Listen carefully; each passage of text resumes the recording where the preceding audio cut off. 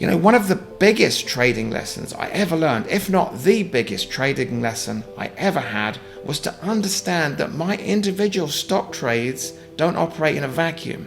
They're really mostly moving in line with what the big major indexes are doing, like the S&P and the Dow and the Nasdaq.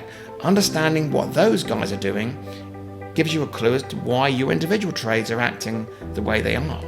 Your individual stock trades are like ships on the ocean of the major market indexes, so you need to know the tide and current of the market to successfully navigate your way to trading profits. Are we in a bull market or a bear market? What will happen to your trades this week? Don't get caught out and don't miss out. To understand the charts you're about to see, get your free video course and manual, plus many other free bonuses at stockgossipfilter.com. Now let's begin the show. Hello and welcome to another market update after the market closed 26th of May 2023. It's a long weekend in the US for Memorial Day, but doing it on Sunday night anyway, as usual, no trading on the Monday.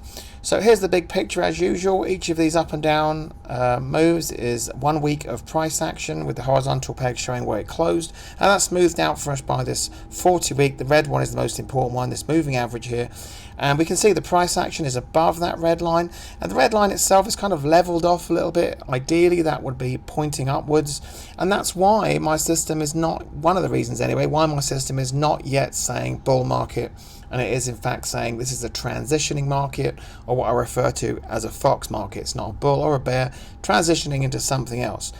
And that remains to be seen. But the market, the action has been good. This market wants to go up. There's been a lot of uncertainty with the debt ceiling debate this last couple of weeks, and here it is. It finished the week. I said this would be a bullish week, and it just about proved me correct there. And that's in the face of so much uncertainty. So if a deal is made this weekend on the debt ceiling, I'm expecting that to have another good week ahead. So big picture, Fox market transitioning. This week I expect that to be bullish, providing there is an agreement. And we can zoom in on the day-to-day chart and see that. It was looking a bit iffy this week at one point, but the main thing is that Friday close was up, and the week all's well that ends well. Week's looking good. And I'm expecting that, as I say, more of that this week. The industrials and the transports are all confirming that. But the winner, as I've been saying, the one that led us down is the one that's leading us out, and that's the Nasdaq.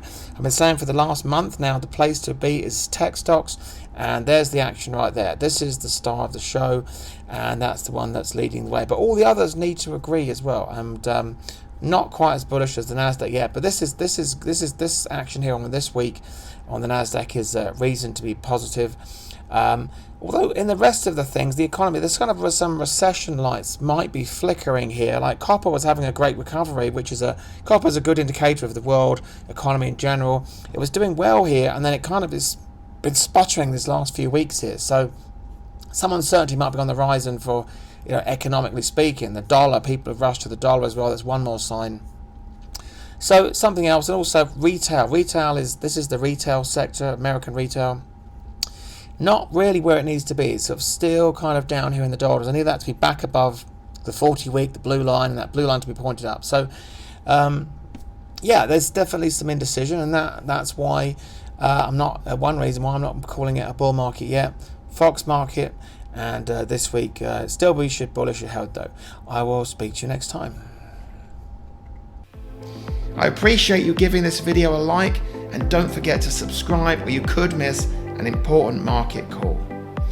Next up, a free webinar, how to read stock charts and trade stocks, so you'll know what I'm looking at each week and why, as well as be able to trade your own stocks.